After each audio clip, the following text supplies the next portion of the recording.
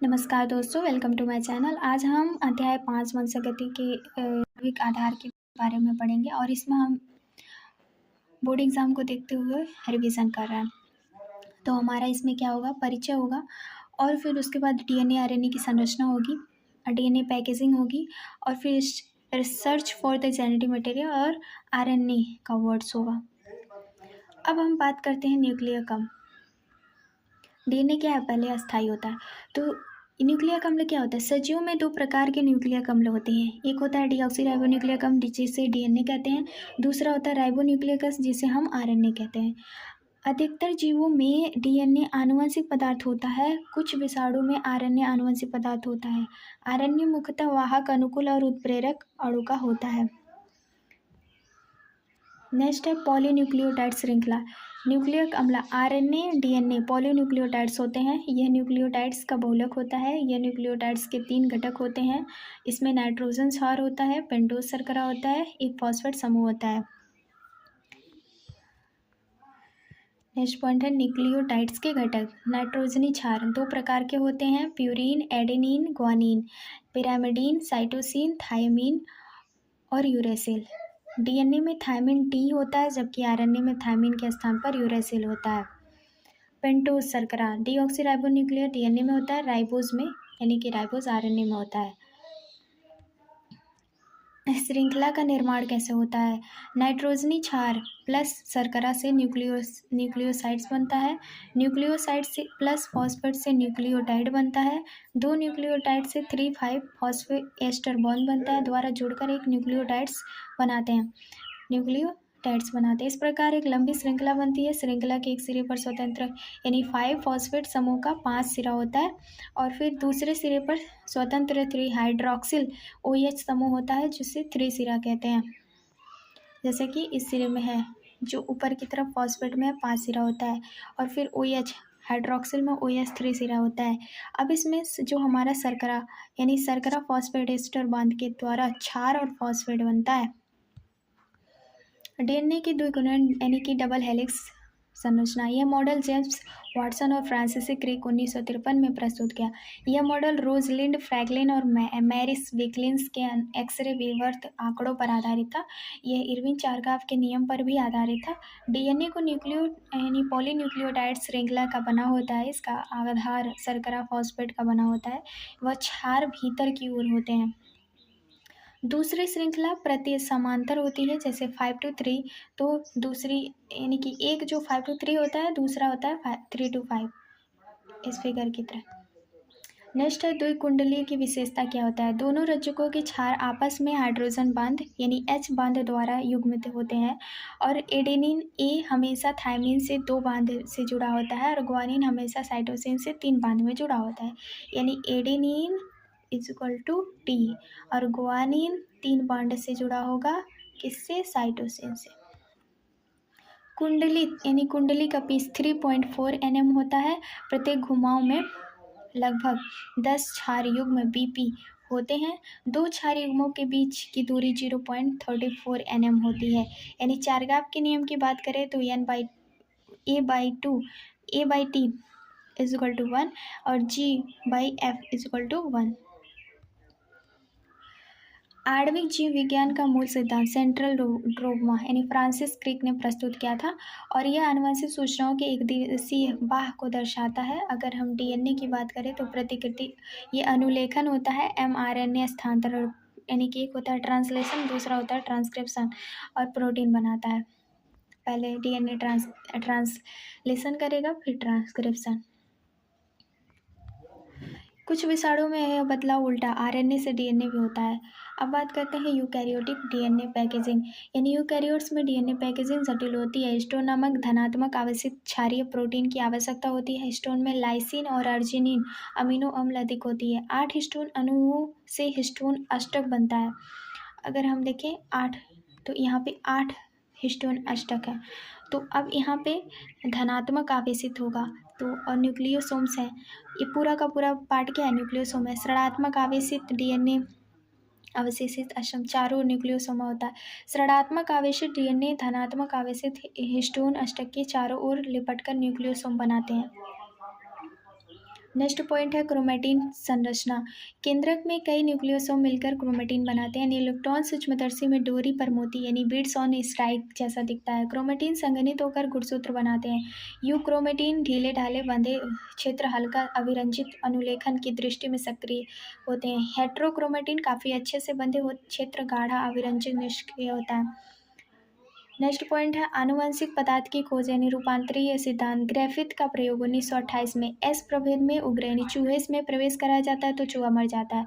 Are stand की बात करें तो चूहे में प्रवेश कराया जाता है तो चूहा जीवित रहता है। ताप में मृत यानी एस स्टेन चूहे में प्रवेश कराता है तो चूहा जीवित रहता है। ताप में मृत एस प्रभेद प्लस जीवित आर प्रभेद में यानी स्टेन में चूहे में प्रवेश जैसे होता है चूहा मर जाता है। निष्कर्ष क्या है? मृत एस प्रभेद में यानी स्टेन में कोई रूपांतरीय कारक आर प्रभेद में स्थानांतरित हुआ जिससे उसे उग्र बना दिया। अब बात करते हैं हम रूपांतरण की जैव रासायनिक के बारे में। तो एवेरी मैकलियोड और 1933 से 44 तक उन्हें ताप मृत एस कोशिकाओं में प्रोटीन डीएनए आरएनए आदि को शुद्ध किया। उन्होंने यह परीक्षण किया कि इसमें कौन सा आर कोशिका को रूपांतरित करता है। प्रोटीज नामक यानी प्रोटीन पाचन और आरएनएज प्रोटीज जो होता है प्रोटीन पाचक करता है और आरएनएज जो होता है आरएनए पाचन करता है। रूपांतरित प्रभावित नहीं हुआ, लेकिन डीएनएज जो होता है डीएनए पाचन मिलने पर रूपांतरित प्रक्रिया रुक गई। और डीएनए के रूपांतरण के लिए जिम्मेदार अंतर डीएनए की आनुवंशिक पदार्थ ही है। अगर हम बात करें हर्शे और चेस के बारे में तो हर्शे और चेस ने 1952 में सुस्पष्ट प्रमाण बताया। उन्होंने जीवाणु भोज यानी बैक्टीरियोफोज पर कार्य किया और उन्होंने प्रयोग फर्स्ट में कुछ विषाणुओं के प्रोटीन खोल को विकिरण सक्रिय सल्फर यानी 35 SS अंकित किया और उसके बाद प्रयोग 2 में अन्य विषाणुओं के डीएनए को विकिरण सक्रिय फॉस्फेट में 32P में अंकित किया। निष्कर्ष क्या निकला? संक्रमण के बाद केवल 32P डीएनए जीवाणु कोशिका में प्रवेश करता है, 35S प्रोटीन नहीं। तो इससे सिद्ध हुआ कि डीएनए की आनुवंशिक पदार्थ जो थी ना वो प्रोटीन नहीं थी। डीएनए की आनुवंशिक पदार्थ प्रोटीन नहीं थी। नेक्स्ट पॉइंट है आनुवंशिक पदार्थ के गुण। अपनी प्रतिकृति यानी रिप्लिकेशन बनने में सक्षम होते हैं। रासायनिक और संरचनात्मक रूप से अस्थायी हो, धीमे परिवर्तन उत्परिवर्तन की संभावना प्रदान करता है, स्वयं को मंडल के लक्षण के रूप में अभिव्यक्त कर सके। डीएनए आरएनए बनाम तो डीएनए आरएनए बनाम आरएनए में 2OH समूह इसे अधिक क्रियाशील और स्थिर बनाता है। थायमिन की उपस्थिति में डीएनए को अधिक अस्थायित्व देती है। निष्कर्ष डीएनए अधिक अस्थायी होता है, इसलिए सूचना संग्रह के लिए बेहतर होता है। RNA words. आरएनए वर्ड्स की परिकल्पना पहला यानी कि पहला आनुवंशिक पदार्थ है, यानी कि आरएनए पहला आनुवंशिक पदार्थ है, मतलब डीएनए से पहले आरएनए का ही पता हुआ था। तो जीवन की आवश्यक प्रक्रियाओं जैसे उपापचय स्थानांतरण आरएनए के चारों ओर विकसित हुई। आरएनए आनुवंशिक पदार्थ के साथ साथ उत्प्रेरक यानी राइबोजाइम का कार्य कर सकता है। बाद में रासायनिक रूपांतरण से अधिक अस्थायी और डीएनए का विकास हुआ। सूचना संग्रह हेतु डीएनए बेहतर यानी जबकि सूचना स्थानांतरण हेतु आरएनए बेहतर है सूचना के लिए, मैसेजेस। तो पहले आरएनए फिर अस्थायी हुआ डीएनए। डीएनए प्रतिकृति यानी रिप्लिकेशन की बात करें तो वॉटसन और क्रिक ने डीएनए की द्विगंडलित यानी कि डबल हेलिक्स संरचना के साथ इसकी प्रकृति की योजना की प्रस्तुत की। तो इसका योजना के अनुसार डीएनए के दोनों रज्जुक यानी कि जो दोनों रज्जुक हैं वो अलग होकर टेम्पलेट बना लिए, यानी कि अलग अलग टेम्पलेट बना लिए। फिर उसके बाद प्रत्येक रज्जुक के लिए एक नए पूरक रज्जुक का निर्माण हुआ, यानी फिर उसके बाद क्या हुआ? नए पूरक रज्जुक का निर्माण हुआ। प्रतिकृति के बाद बनने वाला हर डीएनए में एक पैतृक यानी पेरेंटल और एक नया रज्जुक होता है। तो इस डीएनए प्रतिकृति की इस विधि को हम सेमी कंजर्वेशन कहते हैं। नेक्स्ट पॉइंट है प्रायोगिक प्रमाण। मेल्सन और स्टॉल प्रयोग 1958। मैथ्यू मेल्सन और फ्रैंकलिन स्टॉल ने 1958 में सिद्ध किया कि उन्होंने ई कोलाई को कई पीढ़ियों तक एक ऐसे माध्यम में विकसित किया जिससे भारी नाइट्रोजन 50NH4Cl था, जिससे बैक्टीरिया के डीएनए में भारी 15N समाविष्ट हो गया। तो जब इसमें समाविष्ट हो गया तो इसका जो डीएनए घनत्व यानी कि CH/Cl घनत्व प्रवाणता अब केंद्रीकरण हो गया। फिर इन बैक्टीरिया को समान नाइट्रोजन 40NH4Cl वाले माध्यम में स्थानांतरित किया गया यहाँ पे। तो फिर निश्चित समय पर डीएनए निकालकर उसके डेंसिटी की जांच की गई। तो भारी और हल्के डीएनए को सेंट्रीफ्यूगेशन द्वारा अलग किया गया। मेल्सन स्टॉल प्रयोग के परिणाम क्या थे? तो पीढ़ी 1 में 20 मिनट बाद डीएनए का घनत्व हाइब्रिड था, 50N से 40N।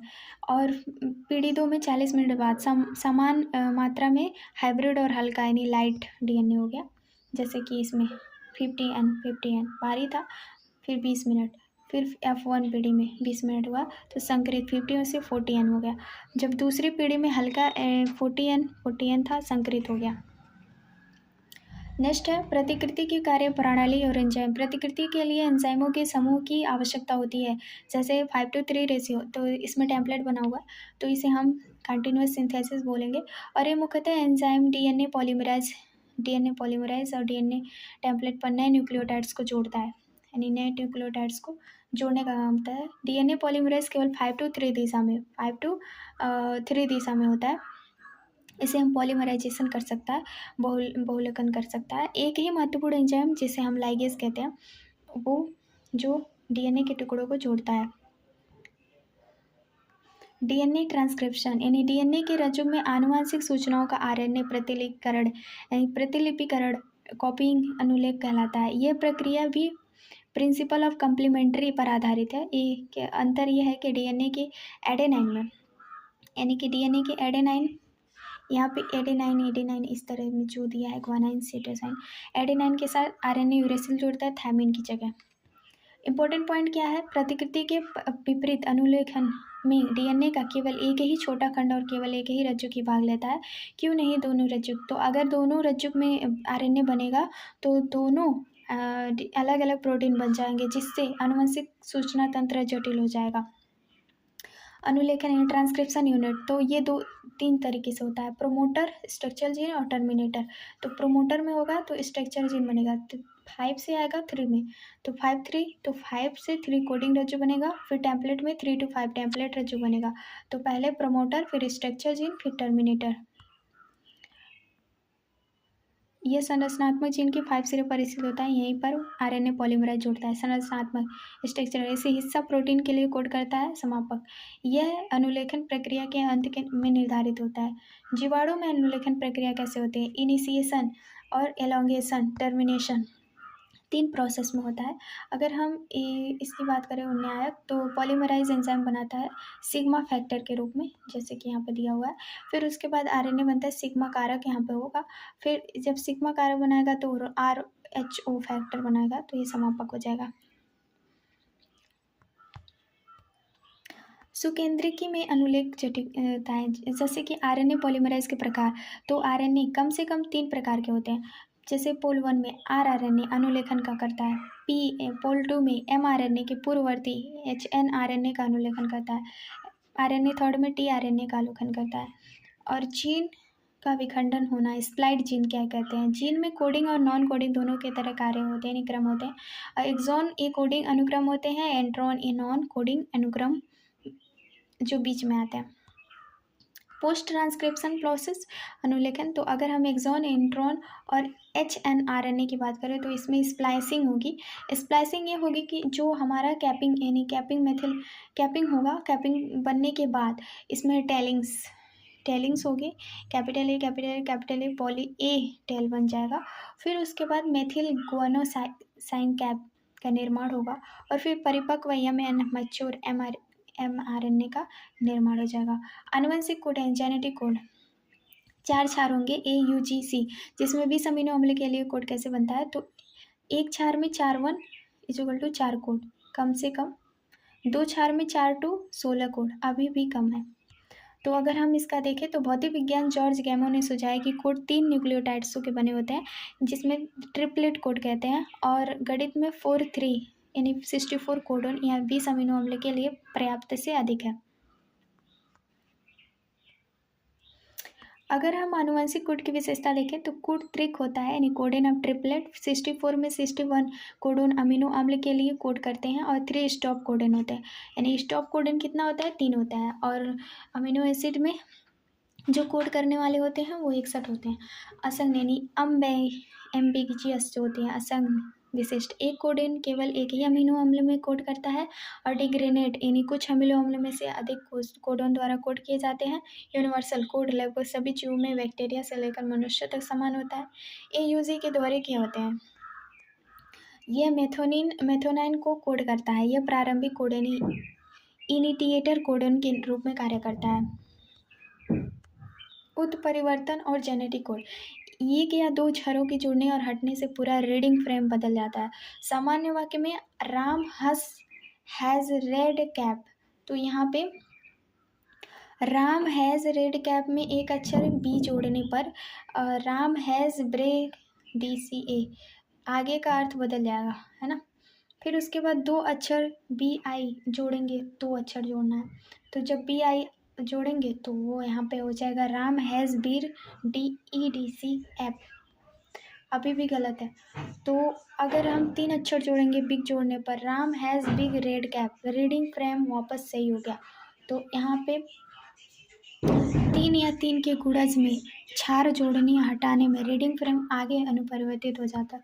अगर हम tRNA की बात करें तो the adapter molecules, Francis Crick के अनुसार अमीनो अम्ल कोड को सीधे नहीं पढ़ सकते, इसके लिए अनुकूलन अणु की आवश्यकता होती है जो कोड को पढ़े और संबंधित अमीनो अम्ल को लाए।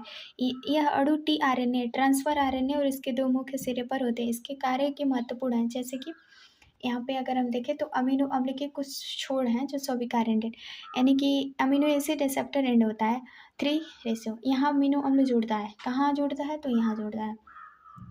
फिर UAG mRNA कोडोन का पूरक होता है, एंटी कोडोन लूप इसे कहते हैं।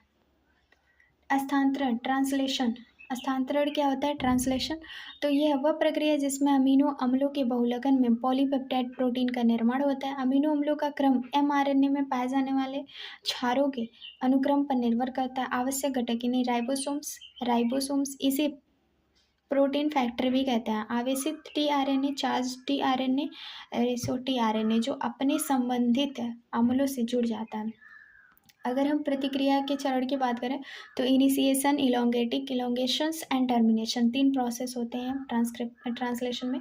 अगर हम ट्रांसलेशन की बात करें तो यहाँ पे RNA है, RNA का स्ट्रक्चर, और RNA क्या करता है, ग्रोविंग पॉलीपेप्टाइड चेन बनाता है। यहाँ पे ग्रो कर रहा है पॉलीपेप्टाइड चेन, यहाँ पे 3 RNA दिए हुए हैं, tRNA एक छोटी उप इकाई है, और यहाँ पे mRNA का प्रोसेस है, राइबो 5 to 3 निर्माण कर रहा है। ट्रांसलेशन की प्रक्रिया क्या होती है, पॉलीपेप्टाइड का निर्माण, अमीनो अम्लों के बहुलकन में पॉलीपेप्टाइड प्रोटीन बनाता है। अमीनो अम्ल पेप्टाइड बंध द्वारा जुड़ा होता है।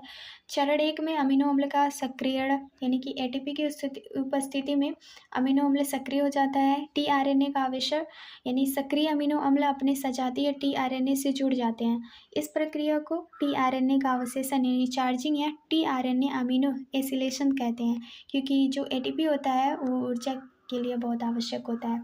राइबोसोम की भूमिका क्या होती है, तो प्रोटीन को हम संश्लेषण यानी प्रोटीन संश्लेषण का कारखाना हम राइबोसोम्स को कहते हैं। राइबोसोम को कोशिकीय कारखाना कहते हैं, यानी सेल फैक्ट्री, जहाँ प्रोटीन संश्लेषण होता है। यह संरचनात्मक DNA, rRNA और लगभग 80 विभिन्न प्रोटीनों से बना होता है। निष्क्रिय अवस्था में यह दो उप इकाइयों में बना होता है, एक बड़ी और एक छोटी, है ना। यहाँ पे ऊपर की तरफ बड़ी है, नीचे की तरफ छोटी है mRNA। फिर उसके बाद बड़ी उप इकाई में 2 स्थल होते हैं जहाँ अमीनो अम्ल जुड़कर पेप्टाइड बंध बनाते हैं। राइबोसोम उत्प्रेरक भी काम करता है। अणु 23S RNA एक राइबोजाइम होता है। नेक्स्ट है स्थानांतरण और UTR, mRNA का वह भाग जो प्रोटीन बनाता है। दूध RNA, mRNA मैसेंजर RNA से कहेंगे, वह अनुक्रम जो पॉलीपेप्टाइड कोड यानी कि ट्रांसलेशन करता है, ट्रांसक्रिप्शन करता है। ट्रांसलेशन इकाई कहलाता है। इसके किनारे पर होते हैं प्रारंभिक कोड, स्टार्ट कोडन किसे कहते हैं, AUG स्टार्ट कोडन है, और स्टॉप कोडन mRNA में कुछ अतिरिक्त अनुक्रम भी होते हैं जो स्थानांतरित नहीं होते हैं, उन्हें अनट्रांसलेटेड रीजन UTR कहते हैं। UTR दोनों सिरों पर मौजूद 5 सिरे पर प्रारंभिक कोड से पहले और 3 सिरे पर रुद्ध यानी स्टॉप कोड के बाद ये प्रभावी स्थानांतरण प्रक्रिया के लिए आवश्यक है, जैसे कि इस कोडोन में दिया हुआ है। जीन अभिव्यक्ति का नियम, सुसेकेंद्रित जीन अभिव्यक्ति का परिणाम पॉलीपेप्टाइड का निर्माण, जिन्हें कई स्तरों पर नियमित किया जा सकता है। यूकैरियोटिक नियमन के मुख्य अंतर हैं, जैसे कि जो DNA है वो अनुलेखन स्तर, प्रारंभिक अनुलेखन का निर्माण, संसाधन स्तर, संबंधीकरण का नियमन, और mRNA का केंद्रक और कोशिका द्रव में अभिग्रमण, फिर उसके बाद स्थानांतरण स्तर। फिर उसके बाद आता है लैक ऑपरॉन। लैक ऑपरॉन की बात करें तो प्रोकैरियोटिक में जीन नियमन करता है। यह अनुलेखन नियमित तंत्र का पहला ज्ञात मॉडल है। खोज का श्रेय फॉस्को जैकब और आनुवंशिकी विज्ञान और जैक मोनोड जैव रासायनिक को जाता है। और इन्होंने एक प्रलोचन यानी ऑपरॉन में एक सामान्य और नियामक जीन द्वारा नियंत्रित पॉलीसिस्टोनिक संरचना जीन होते हैं। लैक ऑपरॉन के जो घटक हैं वो नियामक gene I, small I gene और उन्नयन प्रोमोटर, जो एक प्रोमोटर होता है, और ऑपरेटर। पहले जीन, प्रोमोटर, ऑपरेटर, 3 संरचनात्मक जीन होते हैं ZYA। लैक ऑपरॉन जीन और उसके उत्पादन नियमन जीन आई से यह प्रलोचन यानी कि ऑपरॉन के लिए दमनकारी यानी रिप्रेसर प्रोटीन का कूटलेखन करता है। यहाँ आई का मतलब प्रेरक नहीं बल्कि मंदक इनहेबिटर होता है। अगर हम रचनात्मक जीन की बात करें तो जेड जीन बीटा गैलेक्टोसाइज बी गैलेक्टोसाइज आता है। कार्य क्या करता है? लैक्टोज को ग्लूकोज और गैलेक्टोज में विघटित करता है। वाई जीन परमीएस होता है। इसका कार्य होता है कि कोशिका की बीटा गैलेक्टोसाइजेस के लिए पारगम्यता को बढ़ाता है। एंजाइम के फंक्शन को याद रखिए, बहुत इंपॉर्टेंट है। लैक ऑपरेशन कार्य प्रणाली 1 यानी प्रेरक लैक्टोज की अनुपस्थिति। तो यहाँ पे सिस्टम क्या करता है? इसमें mRNA होता है, पॉलीमराइज होता है, फिर उसके बाद जो प्रोटीन होगा वो क्या करेगा? दमनकारी करेगा। तो जब दमनकारी सक्रिय हो जाएगा लेकिन वाई नहीं होगा। यहाँ पे आई द्वारा संश्लेषित दमनकारी प्रोटीन ऑपरेटर स्थल में बन जाता है और यह RNA पॉलीमराइज में प्रोमोटर पर कार्य करने से रोकता है। अतः संरचनात्मक जीन का अनुलेखन नहीं हो पाता है। और इसमें दूसरे में क्या होता है? तो प्रेरक लैक्टो की अनुपस्थिति हो जाती है। अगर हम बात करें तो यहाँ पे mRNA, आई क्या है? प्रोटीन, दमनकारी प्रोटीन। फिर यहाँ पे प्रेरक लैक्टोज बनता है, निष्क्रियकारी बनता है, बीटा लैक्टोज बनता है, परमीएज, ट्रांसलेज, ये सभी बनते हैं। फिर उसके बाद प्रेरक लैक्टोज दमनकारी प्रोटीन से क्रिया कर उसे निष्क्रिय कर देता है। RNA पॉलीमरेज उन्नयन से बंधकर अनुलेखन की शुरुआत करता है। ZYA जीन अभिव्यक्त होते हैं और एंजाइम बनाते हैं। ये तीनों एंजाइम बन जाते हैं। मानव जीनोम परियोजना यानी कि HGP एक महापरियोजना है, मेगा प्रोजेक्ट। इसका उद्देश्य क्या होता है? मानव जीनोम में स्थित संपूर्ण DNA अनुक्रम का पता लगाना। 1990 में 13 वर्षीय योजना थी। मानव जीनोम में लगभग 3x10⁻⁴ युग है। अनुमानित लागत $9 बिलियन है। इस परियोजना से प्राप्त विशाल आंकड़ों के संग्रह विश्लेषण और पुनः उपयोग के लिए एक नए क्षेत्र का विकास हुआ, जैव सूचना यानी बायो इन्फॉर्मेटिक्स कहते हैं, जहाँ पे सारी सूचनाओं को रखा जाता है। HGP के मुख्य लक्षण क्या है? लगभग 20,000 से 25,000 सभी मानव जीनों के बारे में पता लगाना, मानव DNA को बनाने वाले 3 बिलियन रासायनिक क्षार युग्मों को अनुक्रमों को निर्धारित करना, इन जानकारी के आंकड़ों के रूप में संग्रहित करना, आंकड़ों के विश्लेषण हेतु नई तकनीक का सुधार करना, परियोजना में उठने वाले नैतिक, कानूनी और सामाजिक मुद्दे जैसे ELSI ethical, legal and social issue पर विचार करना। नेक्स्ट है HGP की मुख्य विशेषता और निष्कर्ष क्या है? मानव जीनोम में 3164.7 करोड़ क्षार युग्म, अनुमानित जीन संख्या 30,000 जो पहले के अनुमान से 80,000 से 1,40,000 से बहुत कम है। लगभग 99.9% न्यूक्लियोटाइड क्षार सभी लोगों में एक समान होता है। 2% से कम जीनोम की प्रोटीन का कूटलेखन यानी कोड्स करते हैं। गुणसूत्र एक में सर्वाधिक जीन 2,967 और वाई गुणसूत्र में सबसे कम 231 मिलते हैं। मानव जीनोम का बहुत बड़ा भाग पुनरावृत्ति अनुक्रम यानी रिपीटेटिव सीक्वेंस से बना होता है। DNA फिंगरप्रिंटिंग के सिद्धांत की बात करें तो यह 2 व्यक्तियों के DNA अनुक्रमों के बीच की तुलना करने के लिए त्वरित विधि है। विकास के श्रेय में जेलेक जेफरीज ने DNA फिंगरप्रिंटिंग की खोज की थी। DNA अनुक्रम में स्थित कुछ विशिष्ट जगहों में विभिन्नता, जिसे पुनरावृत्त DNA रिपीटेटिव कहते हैं। यह पुनरावृत्त DNA उच्च श्रेणी की पॉलीमॉर्फिज्म प्रदर्शित करती है। यह पॉलीमॉर्फिज्म DNA अंगुली छाप का आधार है। इन बहुरूपी DNA को अनुबंध यानी कि variable number of tandem repeat VNTR भी कहते हैं। नेक्स्ट पॉइंट है डीएनए अंगुली छपी प्रक्रिया यानी कि डीएनए फिंगरप्रिंटिंग की प्रक्रिया के चरण क्या होते हैं। इस तकनीक में साउथर्न ब्लॉट